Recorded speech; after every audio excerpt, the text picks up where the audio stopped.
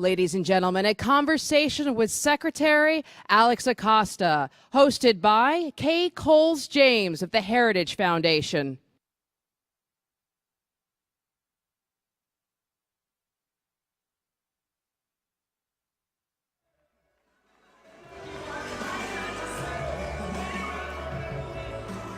Hello. Everybody back from lunch? Everybody excited about the afternoon? Good job. Well, I am delighted to be here with a good friend. We both had the privilege of serving in the previous administration together, and now I get to call you Mr. Secretary. First of all, why don't we say, you need to know a little bit because I think it is so impressive. So Harvard, not only Harvard Law, but Harvard undergrad. I'm impressed. Are you? The president said he was going to surround himself with some of America's best and brightest, and boy, did he ever. Thank you. Parents were refugees from communist Cuba? That's correct. You actually were a clerk for Justice Samuel Alito when he was on the Third Circuit. Impressive. So the president didn't let us down with the best and brightest.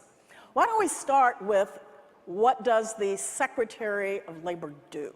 Then we'll get into the meat of it. How about that? Well, when I describe the Department of Labor, I sort of put it into three buckets. First, in essence, we enforce the laws. We have workplace laws. We have workplace safety laws. We make sure that the labor laws are followed, and that is incredibly important. That's, in essence, a law enforcement function. The second part that's really important to the Department of Labor is we have a workforce education component. And I know that Secretary DeVos is speaking later today, and she and I work very closely together because she's at the Department of Education, I'm at the Department of Labor, but it is our job to provide workforce education to the men and women that are working. So we want to make sure that they're not just ready for today's jobs, but for tomorrow's jobs. So we are constantly upskilling. And then the third part is we set the labor policy for the United States, and that's much broader than a lot of folks realize. So for example, employee benefits, the health care that one receives from employers, retirement benefits, all of that comes under the Department of Labor. Oh, big job. Let's talk about crumbs for a minute. Let's talk about crumbs in the form of tax cuts that brought us more jobs, higher wages, employee bonuses. Thank you for the part that you played in that, and we'd like to think that at the Heritage Foundation we played a small part in helping to develop that policy and helping to shepherd it through. But how important do you think tax reform is in creating jobs in this country? I would ask that question to the more than 4 million Americans that have thus far received a bonus, an increase in their retirement savings. 4 million Americans and counting. Hear, hear. That's a lot of folks out there, and those are not crumbs. When you look at the checks that people actually received in December and all the way through, who could call that crumbs other than someone who's totally out of touch with the rest of America? But this also goes to something that I think is so important. Look at this economy. In essence, it has become a Trump economy. If you look at the unemployment rate, the lowest in 17 years, 4.1%, and the Federal Reserve is saying it's going to go even lower. A little over a year ago, they said 3% growth can't happen. All the experts out there said 3% growth never going to happen. Well, we're just about at 3% growth, and we're continuing to grow. Just today, the second lowest jobless claims since 1973. Hear, hear. And here's why they were the second lowest. Because the lowest level was just last month. So that tells you how great this economy is doing. Well, in the last panel, we heard a little bit about deregulation and the fantastic job that this administration is doing. And I know you have some interesting views on deregulation. It's not just about cost, it's also about Liberty. yes. And let me talk about this a little bit, because you just heard from Mr. McGann that the 22-to-1, 22 regulations have been taken off the books for every regulation put on the books, right? And the way government looks at regulations and the way a lot of folks in Washington look at regulations, they say, what is the cost versus what is the benefit, right? And they tend to monetize this. And that's important, because we do not want to impose costs on the American workforce, on the American people. But I think that's only part of the question. Washington likes to measure. They like to say, we have taken off X billion dollars in burden. And that's really important to measure, and it's easy to measure. But here is the question that I'd ask all of you. What is the cost in terms of liberty? And that's a lot harder to talk about, because that's qualitative. It's not quantitative. You need to make judgments. But ultimately, one of the things that makes America great is freedom, is liberty. That we should not be regulated unless there is a real need for that regulation. So, thank you. I think it's so important that we start talking about deregulation in the context of liberty. Let's offer freedom to the people to do as they believe is right, unless there's a real reason not to do that. Hear, hear. I'm so glad you're in that job. Let's talk for a minute to keep the conversation going about deregulation. And I know that the president has asked you to look at how to lower the cost of health care. Right. And I know you have some creative and innovative ideas and some things you're doing out of the Labor Department. Can you share that? That's right. I'm very excited about a proposal that is pending what we call in government notice and comment, where we put it out and we ask the public to comment, and we welcome comments from all individuals, entities out there as we look at this. And here's what this proposal is about. Under Obamacare, a different standard applies to what is called the large group market, to the corporations, than to the small businesses and sole proprietors. And the small businesses actually have a greater regulatory burden. Now, when I looked at this, I asked, why would we put more of a burden on the small business than on the big corporation? But that's what Congress did. And this is a problem, because there are 11 million Americans and their families working for small businesses or for themselves that don't get health care from their employer. They don't have that option. And so what this proposal would do is it would create what's called a small business health plan, or an association health plan. It would tell small businesses, and by the way, someone that's working for themselves from home, running an Etsy website or an eBay marketplace, would qualify under this proposal. Wow. You know, sole proprietors, it would say they have the freedom to band together to create a large association, and that large association can access the market just like a big corporation. This is about leveling the playing field.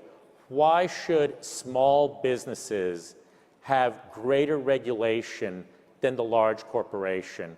And it's transformative, because those 11 million folks out there right now, they are in essence forced to either not have health care or look to the individual market, to the exchanges, and that's expensive. More access, more choice for more people at a more affordable rate, and that's what that is about. Wow.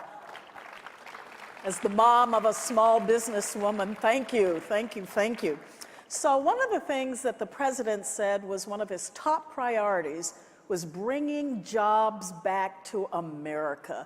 And the folks out there and the folks watching at home want to know, what is your part of that, and what are you doing to bring those jobs back home? Well, we are working incredibly hard to bring those jobs to America and to engage in job creation. A few facts. 2.6 million net jobs since the election. 2.6 million more Americans are working. And you know, I've heard it said, this isn't about President Trump, this is just a continuation of what was happening. You know the areas that have grown the most? Manufacturing and construction. This is all about what President Trump is doing to energize our economy and to create jobs. And something that we're doing at the Department of Labor is we're also working to provide workforce education. Because as these jobs are created, you know, job creators want to hire more Americans. But some Americans aren't getting the skills they need from our education system. And so we need to hold higher education accountable. We need to say, are you graduating the student? Are you graduating them with the right jobs and the right skills? And do those skills lead to family-sustaining jobs? And we also need to say, look, there are a lot of options out there. Allow individuals to follow their career path of choice. For some, that may mean higher education. For others, that may mean a certificate. They may want to go be a coder and get a coding certificate. That is okay. The standard should be, is it a family-sustaining job? Excellent. Well, in my preparation for our time together this afternoon, I learned a new term. It was called the gig economy. Could you explain what a gig is and explain what you at the Labor Department are doing to respond to this new thing? That's right. So a gig comes from the idea that you sort of, if you're a musician, you take on a gig, right? But here's what I like to call it. I like to call it the entrepreneurial economy. Because we have so many Americans out there that have used technology to start their small businesses, that have been empowered to do what they want, to design their own working environment. From the Uber driver to that man or woman that runs an eBay marketplace from their home or an Etsy store, these are entrepreneurs, and they are what make America great. Hear, hear. And here's the issue. We haven't changed our labor laws in decades. And so these are the individuals that don't have access to health care because health care doesn't think about them. These are the individuals that, you know, don't easily fall within the employer-employee structure. And so one of the reasons that I'm so excited about this healthcare proposal is not only that it's going to make healthcare more affordable and more accessible, but it's going to acknowledge that our economy is changing, that this nation is full of entrepreneurs with ideas, and we need to embrace those entrepreneurs and recognize that this small businesswoman or this small businessman needs to be treated on the same playing field as the big corporations. Very good. We only have a few minutes remaining, and I want the American people to know who you are. I want them to understand why someone would commit their lives to coming in, going through what you had to go through in the nomination process. Why do you do it? Why did you commit your life to public service?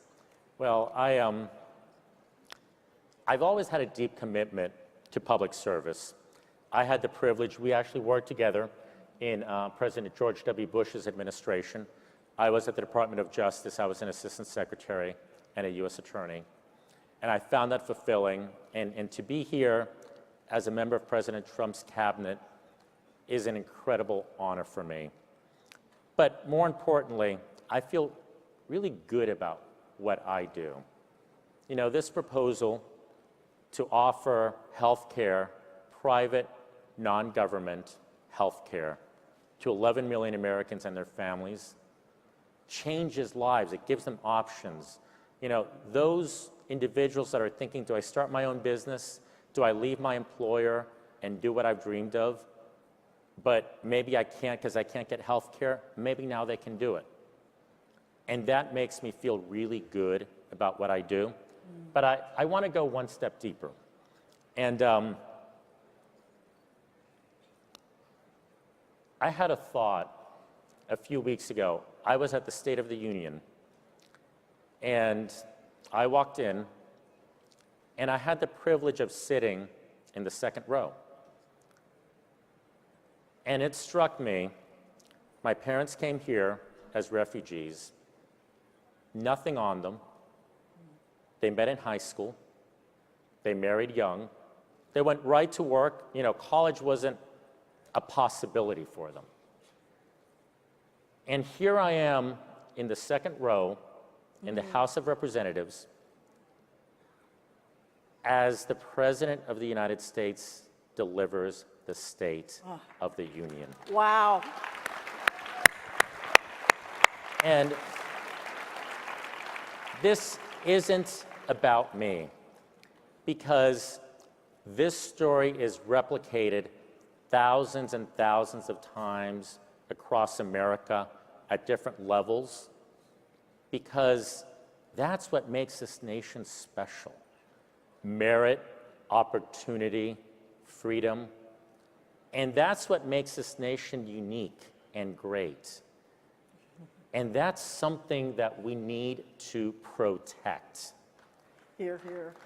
And that's why, despite all the noise, and as you know, the confirmations have changed since last time we were in government, despite all that noise, these are incredible opportunities, because for a short period of time, we are empowered to be defenders of that liberty.